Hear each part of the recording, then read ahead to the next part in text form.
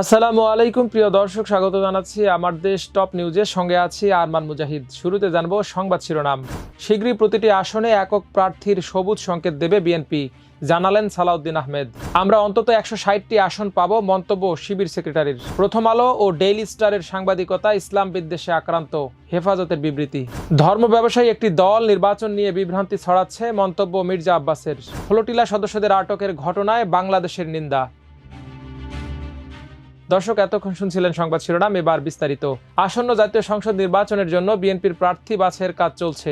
খুব শীঘ্রই প্রতিটি আসনে একক প্রার্থী হিসেবে গ্রিন সিগন্যাল দেয়া হবে। পাশাপাশি দেশব্যাপী নির্বাচন কেন্দ্রিক গণসংযোগ কার্যক্রমও জোরদার করা হবে বলে জানিয়েছেন দলটির স্থায়ী কমিটির সদস্য সালাউদ্দিন আহমেদ। শুক্রবার গুলশানের নিজ বাসভবনে সমসাময়িক রাজনৈতিক বিষয় নিয়ে গণমাধ্যমের সঙ্গে আলাপকালে এসব কথা বলেন তিনি। সালাউদ্দিন আহমেদ বলেন, জরুরি কিছু ব্যতীত এমন কোনো বিষয় সামনে আনা উচিত হবে না যা জাতীয় জীবনে নতুন সংকট তৈরি করতে পারে। নির্বাচন কেন্দ্রিক জোট গঠনের বিষয়ে বিভিন্ন রাজনৈতিক দলের সঙ্গে আলোচনা চলছে বলেও জানান সালাউদ্দিন আহমেদ। গণতন্ত্র রক্ষায় রাজনৈতিক দলগুলো ঐক্যের প্রয়োজনীয়তার উপর জোর দিয়ে বিএনপির এ নেতা বলেন, নিজেদের মধ্যে মতপার্থক্য থাকলেও ফ্যাসিবাদ বিরোধী রাজনৈতিক দলগুলো গণতন্ত্রের প্রশ্নে এক থাকবে। তিনি বলেন, আওয়ামী লীগকে বিচারের মুখোমুখি করতে বিএনপি দীর্ঘদিন ধরে দাবি জানিয়ে আসছে, তবে নির্বাহী আদেশের মাধ্যমে কোনো রাজনৈতিক দলকে নিষিদ্ধ করার পক্ষপাতী নয় বিএনপি। এ বিষয়ে যা হবে তা বিচারিক প্রক্রিয়ার মধ্য দিয়ে হওয়া উচিত। তিনি আরও বলেন, গণহত্যা চালানোর পরও আওয়ামী লীগের মধ্যে কোনো অনুশোচনা নেই, বরং তারা দিল্লিতে বসে দেশ নিয়ে ষড়যন্ত্র করছে। তিনি বলেন, সরকারের উচিত আওয়ামী লীগের বিরুদ্ধে আইসিটি কোর্টে মামলা করা। প্রধান উপদেষ্টার সাম্প্রতিক বক্তব্য প্রসঙ্গে সালাউদ্দিন আহমেদ বলেন, বর্তমান সরকারকে মানুষ 5 বছর চায়, এমন কথা উত্থাপন না করলেও পারতেন প্রধান উপদেষ্টা। এদিকে ইসলামী ছাত্র শিবিরের সেক্রেটারি জেনারেল নুরুল ইসলাম সাদ্দাম বলেছেন, সামনে জাতীয় নির্বাচনে আমাদের জন্য এত সুযোগ তৈরি হয়েছে আমরা কোনোদিন কল্পনা করিনি। এত বড় শিপমেন্ট আমরা আগে কখনো দেখিনি। আমাদের বিশ্বাস করতে হবে আমরা অন্তত 160টি আসন পাবো। আমাদের আগে ছিল 18টি, সর্বোচ্চ 50টি। আলহামদুলিল্লাহ শিপমেন্ট আরও অনেক বেশি হয়ে গেছে। তিনি আরও বলেন, বার্ধক্য আসার আগেই যৌবনের সময়কে মূল্য দিতে হবে। প্রাক্তন দায়িত্বশীলদের উচিত জামায়াত নেতৃবৃন্দের প্রতি আস্থা রাখা, কারণ নেতৃত্ব অনেক দূরদর্শিতা থেকে বিষয়গুলো দেখে। শুক্রবার সকালে আল ফারুক সোসাইটি মিলনায়তনে খুলনা মহানগরী ইসলামী ছাত্র শিবিরের উদ্যোগে আয়োজিত সদস্য পুনর্মিলনী অনুষ্ঠানে প্রধান বক্তার বক্তব্যে নুরুল ইসলাম সাদ্দাম এসব কথা বলেন। সাদ্দাম বলেন, যে ঢাকা বিশ্ববিদ্যালয়ে আমাদের দাঁড়ানোর সুযোগ ছিল না, সেই ঢাকা বিশ্ববিদ্যালয়ের ডাকসুতে আল্লাহ তাআলা আমাদের সুযোগ করে দিয়েছেন। বিভিন্ন বিশ্ববিদ্যালয়ে প্যানেল দিতে পারছে না অনেকেই। যে জাহাঙ্গীরনগর বিশ্ববিদ্যালয় ছিল বামদের আতুর ঘর, সেই জাহাঙ্গীরনগর বিশ্ববিদ্যালয়ে আলহামদুলিল্লাহ আল্লাহ তাআলা আমাদের যে এত কিছু দিয়েছেন, আমাদের এটা ধরে রাখতে হবে, আমাদের মধ্যে যেন অহংকার বোধ চলে না আসে। শিবির সেক্রেটারি আরও বলেন, অহেতুক কথা বা কাজ করার ব্যাপারে সরাসরি আল্লাহ তাআলা নিষেধ করেছেন। ফেসবুকে কথা চালাচালি এসব যারা করে তাদের বিরত থাকতে হবে। যদিও আমরা মনে করি আমাদের কোনো দায়িত্বশীল এসব করে না, যারা সংগঠনের টাচে নেই তাদের মধ্যে কেউ কেউ আবেগের বশবর্তী হয়ে করতে পারেন। যে আমাদের গালি দেয় আমরা তাদের কোনো প্রতি উত্তর দেব না, কারণ গালির কোনো প্রতি উত্তর হতে পারে না। একই অনুষ্ঠানে প্রধান অতিথির বক্তব্যে বাংলাদেশ জামায়াতে ইসলামীর সেক্রেটারি মিয়া গোলাম পরোয়ার বলেন, আগামী জাতীয় সংসদ নির্বাচনে জামায়াত 300 আসনে প্রার্থী দেওয়ার মাধ্যমে পূর্ণ নির্বাচনী প্রস্তুতি সম্পন্ন করেছে। জামায়াতের প্রতিটি কর্মীকে এখন নির্বাচনী মাঠে নেমে পূর্ণ শক্তিতে কাজ করতে হবে। তিনি বলেন, নির্বাচনকে সামনে রেখে সংগঠন যখন যাকে যে সিদ্ধান্ত দেবে সেই সিদ্ধান্ত মেনে নেয়ার ব্যাপারে আমাদের মানসিকতা তৈরি করতে হবে। আমরা আমাদের ভাইকে বিজয়ী করা নয়, আমাদের আন্দোলনকে জয়ী করার জন্য ত্যাগ স্বীকার করতে হবে। এদিকে প্রথম আলো ও ডেইলি স্টারকে ইসলাম বিদ্বেষী ফ্রেমিং পরিহার করে বস্তুনিষ্ঠ ও পক্ষপাত মুক্ত সাংবাদিকতা করার আহ্বান জানিয়েছে হেফাজতে ইসলাম বাংলাদেশ।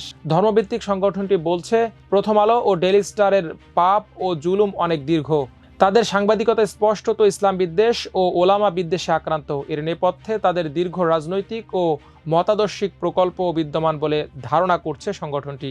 শুক্রবার গণমাধ্যমে পাঠানো এক বিবৃতিতে এসব কথা বলেন হেফাজতে ইসলাম বাংলাদেশের যুগ্ম মহাসচিব আজিজুল হক ইসলামাবাদী। সম্প্রতি প্রথম আলোতে কয়েকটি ধর্ষণের খবর প্রচার নিয়ে আজিজুল হক ইসলামাবাদী বলেন, গত কয়েকদিন ধরে প্রথম আলোর প্রকাশিত কয়েকটি ধর্ষণের সংবাদ সামাজিক যোগাযোগ মাধ্যমে বেশ সমালোচনার জন্ম দিয়েছে, যা আমাদের দৃষ্টিগোচর হয়েছে।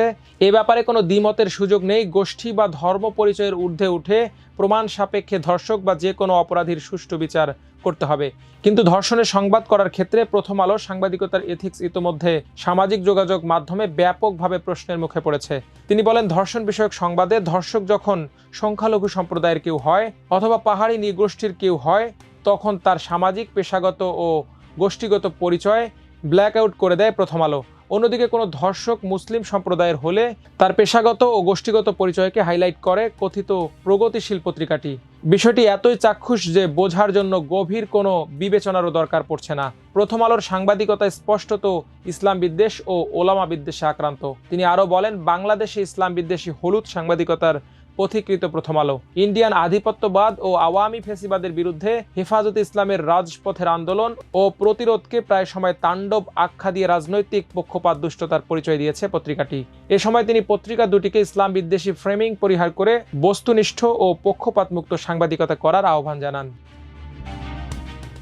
এদিকে বিএনপির স্থায়ী কমিটির সদস্য মির্জা আব্বাস বলেছেন, সংখ্যানুপাতিক প্রতিনিধিত্ব সহ কিছু অযৌক্তিক দাবিতে নির্বাচন বানচালের হুমকি দিয়ে একটি ধর্ম ব্যবসায়ী দল বিভ্রান্তি ছড়াচ্ছে। একদিকে বিভ্রান্তি ছড়াচ্ছে, অন্যদিকে নির্বাচনী কর্মকাণ্ড পুরো দমে চালিয়ে যাচ্ছে।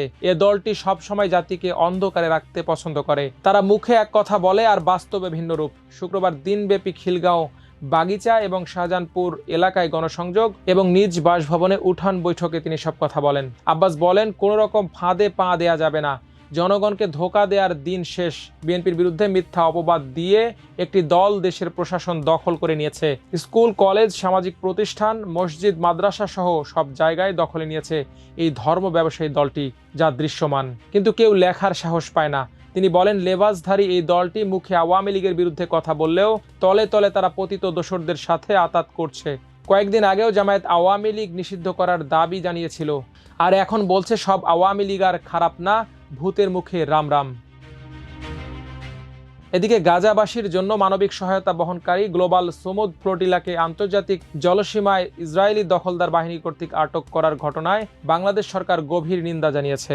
এই ঘটনাকে আন্তর্জাতিক আইনের ঘোর লঙ্ঘন এবং যুদ্ধাস্ত্র হিসেবে ক্ষুধাকে ব্যবহারের ন্যাক্কারজনক উদাহরণ হিসেবে উল্লেখ করেছে বাংলাদেশ। শুক্রবার পররাষ্ট্র মন্ত্রণালয়ের পক্ষ থেকে এক বিবৃতিতে এই নিন্দা জানানো হয়। পাশাপাশি বাংলাদেশ সরকার অবিলম্বে সব আটক মানবাধিকার কর্মী ও শান্তিকামী কর্মীদের নিঃশর্ত মুক্তি ও তাদের নিরাপত্তা ও সুস্থতা নিশ্চিত করার দাবি জানিয়েছে। বিবৃতিতে ইসরায়েলকে অবিলম্বে গাজা ও পশ্চিম তীর থেকে বেআইনি দখলদারিত্বের অবসান, আন্তর্জাতিক মানবাধিকার আইন মেনে চলা এবং গাজায় চলমান গণহত্যা ও মানবিক অবরোধ বন্ধ করার আহ্বান জানিয়েছে বাংলাদেশ। বাংলাদেশ বলেছে, মানবিক সহায়তা বহনকারী এই ফ্লোটিলা বিশ্ববাসীর ফিলিস্তিনি জনগণের প্রতি সংহতির প্রতীক।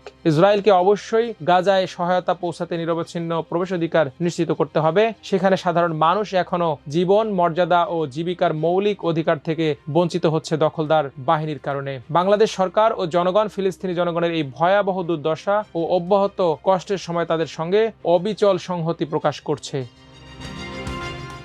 দর্শক, আজ এই পর্যন্ত। সবাই ভালো থাকুন, সুস্থ থাকুন, থাকুন আমার দেশের সঙ্গে। আল্লাহ হাফেজ।